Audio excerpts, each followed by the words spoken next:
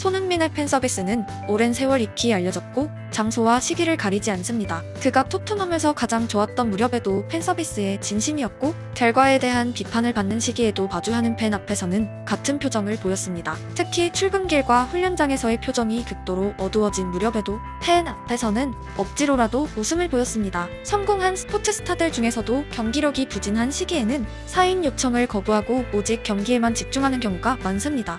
결과로 증명해야 하는 프로의 세계에서 부진한 선수의 사인 거부는 이해받을 때도 있을 만큼 경기의 심리적인 요인은 중요합니다. 손흥민의 상징과도 같은 팬서비스는 어디에서 출발했을까요? 박지성의 절친애브라는 유튜브 방송에서 퍼거슨 감독이 대노했던 일화를 전한 적이 있습니다. 프리시즌 경기 날 맨유 선수들은 팬들의 사인 요청을 무시하고 전원버스에 탑승했고 퍼거슨 경은 홀로 45분간 사인을 하고 버스에 올라타며 말합니다. 밖에 사람들을 똑똑히 봐라. 저 사람들이 너희들을 먹이고 입히고 월급을 주고 내 아이들을 학교에 보내주는 사람들이다. 그리고 저 사람들은 고작 너희들이 공차는 모습을 보러 열심히 일해서 번 돈으로 쉬는 날에 여기까지 왔다. 당장 내려가서 저 사람 모두에게 사인을 하고 와라. 엘리트 체육인들 중 팬 서비스에 강한 신념을 가진 사람들은 주로 자신의 종목에 광적인 사랑을 가진 경우입니다. 2018년 뇌출혈로 생명의 위기를 겪은 퍼거슨이 깨어나서 가장 먼저 물은 것은 챔스 결승 관람이 가능한지였습니다. 보통의 경우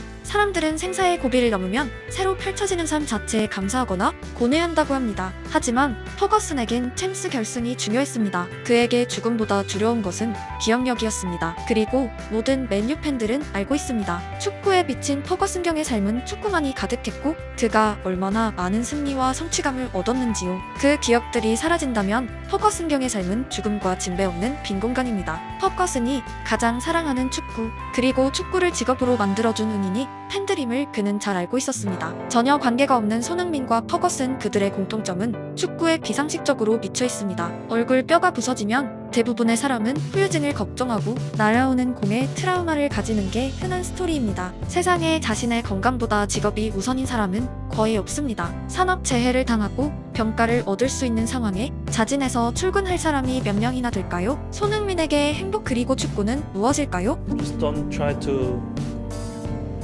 chase your happiness because the happiness are right here, you know. Being your family our happiness, or doing your job is our happiness. I think we should not chase the happiness. You should always to get happiness where you have. To be honest, I could not go to the World Cup because I had a big injury before the World Cup. But yeah, I was there, so I wasn't playing with the mask because I think positive, you know. So I think we should not never let the happiness go because the happiness is the most important.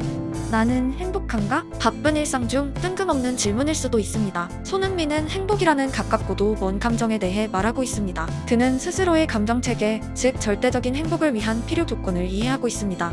축구라는 매개체가 퍼거슨의 기억에 영혼을 불어넣고 곧 삶이 되었듯이 손흥민 삶의 축구는 행복을 위한 모든 것입니다. 그리고 축구가 하나의 직업으로 영위될 수 있는 유일한 이유는 팬의 존재입니다. 팬이 쓰는 돈이 없다면 축구는 직업이 아니라 단지 공놀이나 여가 생활에 그치는 행위에 불과합니다. 지구상에 프로 축구가 없다면 손흥민은 뭘 하고 살았을까요? 좋아하지 않는 직업을 선택하고 평일을 낭비하며 오직 주말에 동호회 축구만을 기다리고 살았을지도 모릅니다. 많은 인류 선수들은 팬들에 의한 자신의 소득을 당연한 것으로 여기는 경우가 많습니다. 17세에 프로에 데뷔하고 20대에 국대주장, EPL 득점왕에 탄탄대로 삶을 살고 있는 손흥민은 어째서 자신이 받는 대우를 당연한 것으로 여기지 않을까요? 손흥민은 태어나서 단 한 번도 축구로 돈을 벌 수 없는 삼류 선수였던 기억이 없지만 그에게는 손흥정 씨가 있습니다. 스스로를 삼류 선수 출신으로 여기는 손흥정 씨는 아들만큼 축구를 사랑했지만 가장 좋아하는 축구를 통해 가족을 부양할 수 없었습니다. 손흥민 형제와 컨테이너 박스에 살기도 했던 손흥정 씨에겐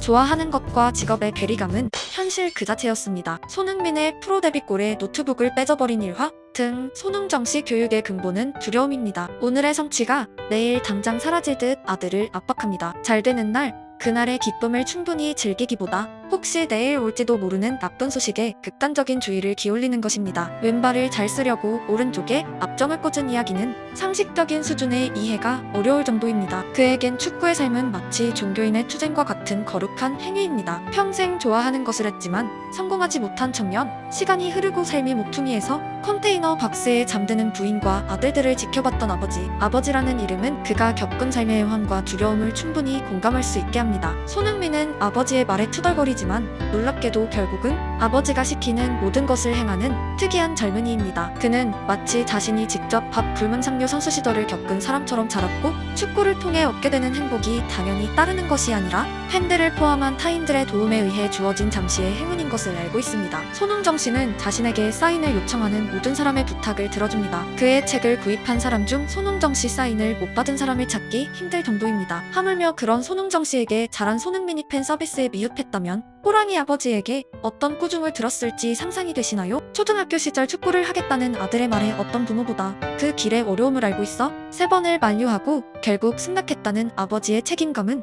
손흥민 축구 인생 내내의 산수가 되었습니다. 그리고 손흥민이 그토록 아버지를 따르는 이유는 긴 설명 없이 단 한 줄의 에피소드로 설명됩니다. 손흥민에게 손흥정 씨는 무서운 사람이 아니라 그냥 아버지이기 때문입니다.